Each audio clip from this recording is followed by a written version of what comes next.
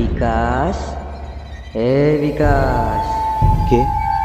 ও, তুই ভুলে গেছিস আমাকে? কালকের থেকে যে এত গালাগাল দিলি আমাকে। কি রে, গালাগাল কেন দিলি বল? ওয়েলকাম ব্যাক, সবাইকে স্বাগতম প্রেতের ভয়ের আরেকটা নতুন এপিসোড নাম্বার 10। আজকে আমি আপনাদেরকে একটি সত্যি ভৌতিক ঘটনা শোনাবো, যেই ঘটনাটা আমাকে পাঠিয়েছে বিকাশ রায় মণ্ডল। বিকাশ ঘটনাটিকে যেইভাবে পাঠিয়েছে আমি ঠিক সেইভাবেই আপনাদের সামনে তুলে ধরলাম। এই ঘটনাটা শেষ করার পর আমি ইন্ট্রো দিতে বসেছি। আপনারা যদি এই ঘটনাটিকে পুরো না শোনেন তাহলে আপনারা অনেক কিছুই মিস করবেন, তাই আপনারা পুরো ঘটনাটিকে মন দিয়ে শুনবেন। আগের দিনের মানে 9 নম্বর এপিসোডে আমি দুটো কোশ্চেন করেছিলাম ঘটনা রিলেটেড, তার সঠিক উত্তর দিয়েছে দেব।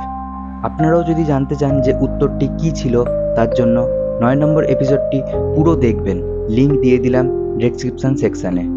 যারা প্রেতের ভয়ের নতুন শ্রোতা তাদের উদ্দেশ্যে একটাই কথা বলবো, আপনারা চ্যানেলটাকে অবশ্যই সাবস্ক্রাইব করবেন, ভিডিওটাতে একটা লাইক করে দেবেন আর বেশি বেশি করে বন্ধুদের সাথে শেয়ার করবেন। তাহলে চলুন আর বেশি কোনো কথা না বলে সরাসরি ঘটনাটিতে যাওয়া যাক। Sound, poster designing, editing and others voice আমি শুভদীপ, আর আপনারা শুনছেন প্রেতের ভয়। হয়তো পেতেই হবে। আমার নাম বিকাশ। আজকের আমি যেই ঘটনাটি আপনাদেরকে শোনাতে চলেছি সেই ঘটনাটা আমার নিজের সাথেই ঘটেছিল, আজ থেকে ঠিক 2 বছর আগে। তখন আমার 17 বছর বয়স। সেদিন সন্ধ্যার দিকে খুব ঝড় বৃষ্টি হচ্ছে, আর আমি ঘরেতে শুয়ে একটা বই নিয়ে ঘাঁটাঘাঁটি করছি। এমন সময় একটা বাজ পড়ার আওয়াজ আসলো, আর তার সাথে আমাদের পাশের বাড়ির কাকিমাটা খুব জোর কান্না করে উঠল। আমার মা তখন বলল, বিকাশ বাবা দেখ তো অভির মাটা ওরকম কাঁদছে কেন?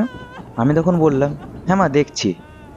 আমি তখন জানালার কাছে এসে অভিকে 2-3 বার ডাকলাম, অভি, অভি, অভি। কোনো সাড়া পেলাম না।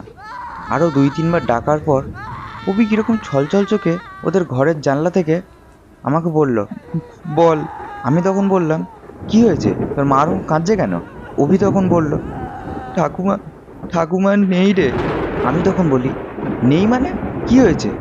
তখন অভি আমাকে বলে, ঠাকুমা, ঠাকুমা মারা গেছে। এই কথাটা অভি বলেই ঘরে ছুটতে চলে গেল। আর আমি গিয়ে আমার মাকে বললাম, ও মা, অভি বলল ঠাকুমা নাকি মারা গেছে। আমার মা তখন বলল, কি বলছিস? মাসিমাকে তো বিকেলের দিকেই দেখলাম রাস্তায় হাঁটাচলা করছে, আর এর মধ্যে মারা গেছে কি করে? আমি তখন বললাম, আমি জানি না, অভি আমাকে যেটা বললো আমি শুধু সেটাই তোমাকে বললাম। ও মা, একটু চলো না অভিদের বাড়িতে। তখন অভিদের বাড়ি থেকে ওর মায়ের কান্না ভেসে আসছে। আমার মা তখন বলে, হ্যাঁ চ দেখি একবার ঘুরে আসি অভিদের বাড়ি থেকে। বলে আমি আর মা সেই বৃষ্টির মধ্যেই চলে যাই। অভিদের বাড়ির সামনে এসেই আমার মা স্লিপ খেয়ে পড়ে যেতে আমি তখন অভির ঠাকুমাকে যা নয় তাই বলে কটা গালাগালি দিই। তখন আমার মা আমাকে বলে, এই চুপ কর, ওরকম বলতে নেই। আমিও তখন চুপ করে গেলাম, আর কিছু বললাম না। আস্তে আস্তে অভিদের বাড়িতে অনেক লোকজন আসা শুরু হলো, আর সবাই এত পরিমাণে কাঁদছে আমি সেখানে থাকতে না পেরে আমি ঘরে চলে আসলাম। সেদিন রাতটায় মা ওদের বাড়িতেই ছিল, আমি আর বাবা শুধু ঘরেতে ছিলাম। সকালের দিকে আরও কিছু আত্মীয় স্বজন আসার পর লাশটাকে নিয়ে বেরিয়ে যাওয়া হয় আমাদের গ্রামের শ্মশানের উদ্দেশ্যে। লাশটাকে দাহ করতে হবে। শ্মশানে আমিও গিয়েছিলাম বিকাশদের সাথে। যখন ওর ঠাকুমার লাশটাকে চিতায় তুলে আগুন দেওয়া হয়েছে, ঠিক তার কিছুক্ষণ পরেই বৃষ্টি শুরু হয়। আশেপাশে কোনো ছাউনি না থাকাতে আমরা দাঁড়িয়ে দাঁড়িয়ে বৃষ্টিতেই ভিজছি, আর নিজের মনের মধ্যেই বলতে থাকি, শালার বুড়ি মরার কোনো সময় পায়নি, এই বর্ষা বাদলের সময় মরেছে। শালা মরেছিস, ভালো দেখে একটা টাইম দেখে মরতে পারিসনি। শালা এসে আমি ভুলই করেছি। এই কথাগুলো নিজের মনের মধ্যেই বলি, প্রকাশ্যে আর বলিনি। সেই বৃষ্টির মধ্যে লাশটাকে কোনো রকমভাবে সম্পূর্ণ দাহ করে আমরা ঘরেতে ফিরলাম। এতটা শোনার পর আপনাদের হয়তো এইটা মনে হচ্ছে যে এটা কি শুনছি। একটু ধৈর্য ধরে বসুন, এইবারে তো আমরা ঘটনাতে প্রবেশ করব। এতক্ষণ তো শুধু আপনারা ইন্ট্রো শুনলেন, এইবারে তো ঘটনা শুরু হতে চলেছে। রাত্রিবেলা যখন আমি ঘরেতে শুয়ে আছি, 2:30 কি 3টে মতন বাজে, সেই টাইমে আমার নাম ধরে অভি আমাকে ডাকে, এ বিকাশ। আমি তখন ঘুম ঘুম চোখে অভিকে বলি, হ্যাঁ বল। অভি তখন আমাকে বলল, বাইরের দিকে আয়। আমি তখন বললাম, তুই ভিতরে আয়। এসে শুয়ে পড়। ও তখন আবারও বলল, তুই বাইরে আসবি? আমি তখন বিছানায় শুয়ে শুয়েই বলছি, না, যাব না, তুই এসে শুয়ে পড়। আর কটা বাজে রে এখন? ও তখন বলল, কেন, রাত 3টে? আমি তখন আবারও বলি, তা এত রাত্রে কি মনে করে, তা ভিতরে আয় না তুই। ও তখন আবারও বলে, না, তুই বাইরে আসবি। আমি তখন বিছানায় বসে লাইটটা যেমনি জ্বালাতে যাব, লাইটটা একটুখানি জ্বলেই লিবে গেল।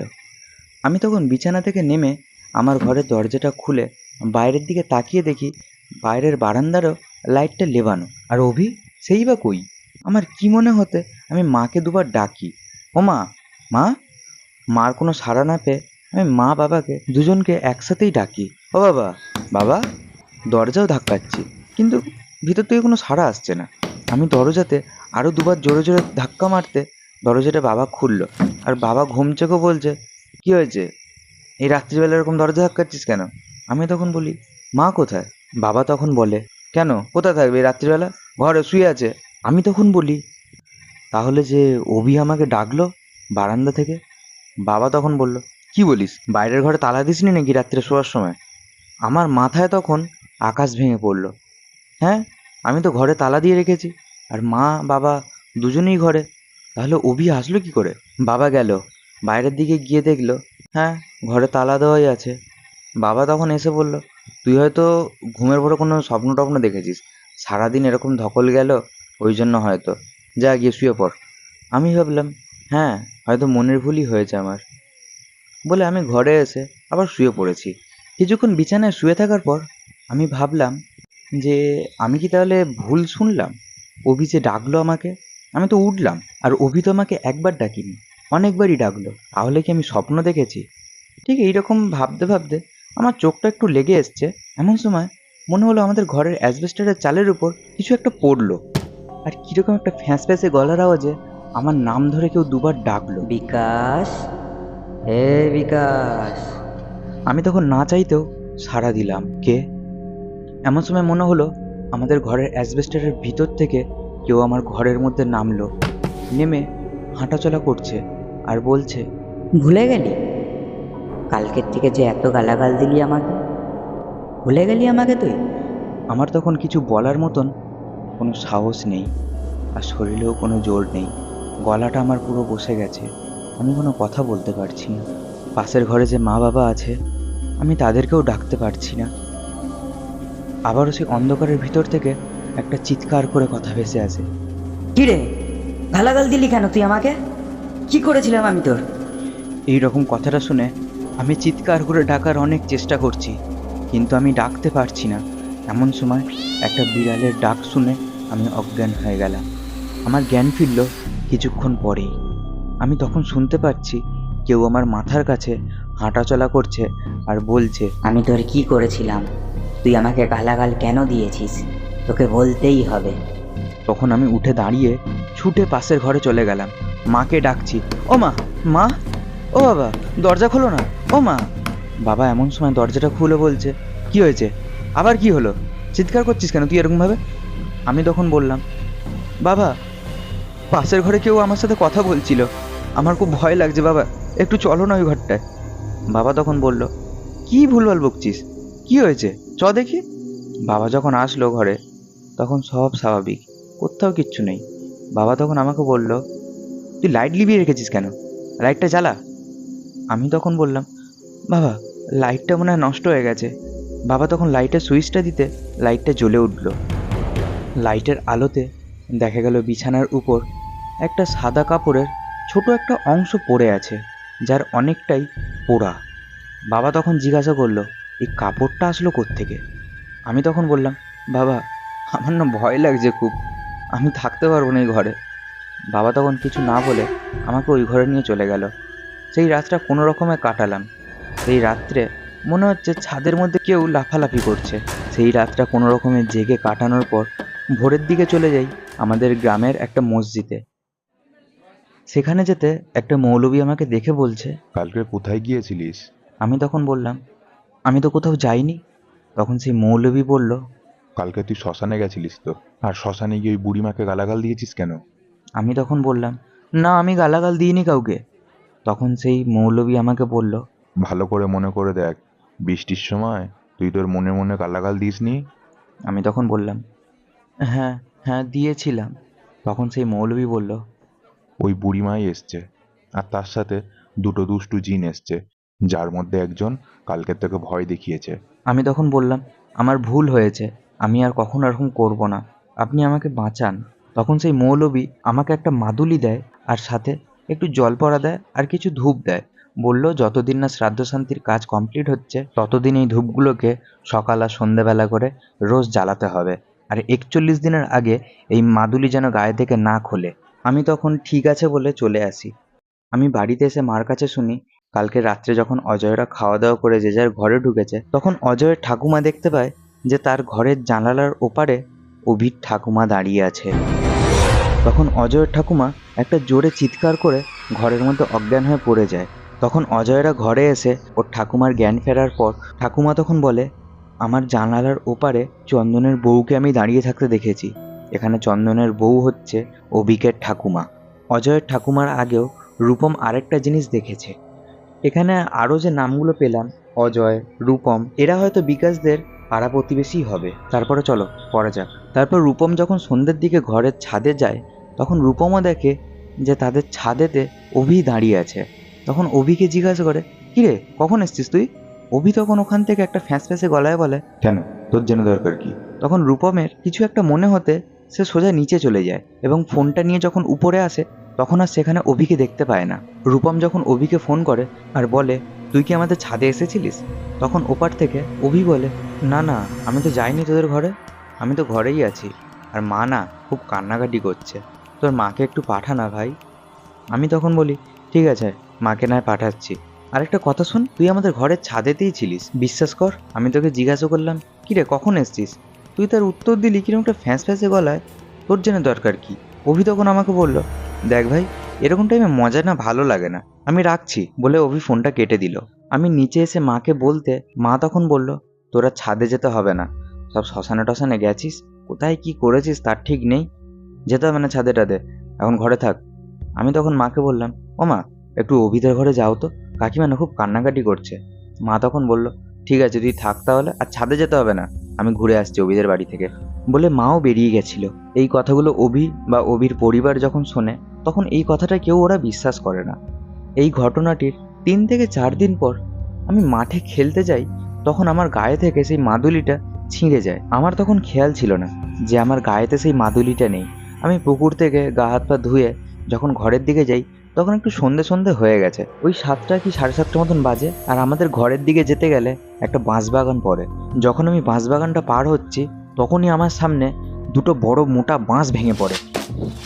আমি যখন উপরে বাঁশ গাছের দিকে তাকাই তখন চাঁদের আলোতে পরিষ্কার দেখা যাচ্ছে ওখানে 3 জন কেউ বসে আছে। আর আমার সেই মুহূর্তে আবারও গায়ের কোনো শক্তি থাকে না, আমি ভয় পাচ্ছি, কিন্তু চিৎকার করার অনেক চেষ্টা করছি, কিন্তু কোনো কথা মুখ থেকে আমার বেরোচ্ছে না। আমি শুনতে পাচ্ছি ওরা সেই বাঁশ গাছের উপর থেকে অট্ট হাসিতে হাসছে আর বলছে, গালাগাল কেন দিয়েছিস আমাকে? কেন দিয়েছিস বল? আমার তখন চোখ থেকে শুধু ফোঁটা ফোঁটা জল পড়ছে আর আমি চিৎকার করার অনেক চেষ্টা করছি। একটা সময় আমি চিৎকার করে বলে উঠি, মা! আমি যখন চোখ খুলি তখন দেখি আমি বসে আছি আর আমার সামনে সেই মৌলভী সাহেবটা বসে আছে। আর উনি তখন বলে, যাক, আপদটা এতক্ষণ পর বিদায় হলো। যা রে, একে এবার ঘরে নিয়ে যা, আর একটু গরম দুধ দে একে। আমাকে তখন আমার বাবা আর অভির বাবা দুজন মিলে ধরে ঘরে নিয়ে গেল। আমার গাটা না খুব ব্যথা করছে। এই কথাটা শুনে আমার বাবা তখন বলে, ব্যথা তো করবেই, তোর উপরে যে দুটো আত্মা ভর করেছিল। আমি জিজ্ঞাসা করেছিলাম, দুটো আত্মা কারা ভর করেছিল আমার উপর? কিন্তু আমাকে তখন কেউ জানায়নি, এমনকি এখনো অবধি জানি না যে সেদিন আমার সাথে কি হয়েছিল। হয়তো পেতেই হবে। তো এই ছিল ঘটনা। আশা করছি আপনাদের সবার ঘটনাটি অনেক ভালো লেগেছে। যদি ভালো লেগে থাকে ভিডিওটাতে একটা লাইক করে দেবেন। চ্যানেলে নতুন হয়ে থাকলে অবশ্যই চ্যানেলটাকে সাবস্ক্রাইব করতে হবে, আর বেশি বেশি করে বন্ধুদের কাছে শেয়ার তো করতেই হবে। আর এই ঘটনার মধ্যে লাস্টের দিকে যেটা বলা হয়েছে, বিকাশকে আরও দুটো আত্মা ভর করেছিল, যদি এই জিনিসটা জানা যেত তাহলে খুবই ভালো লাগতো।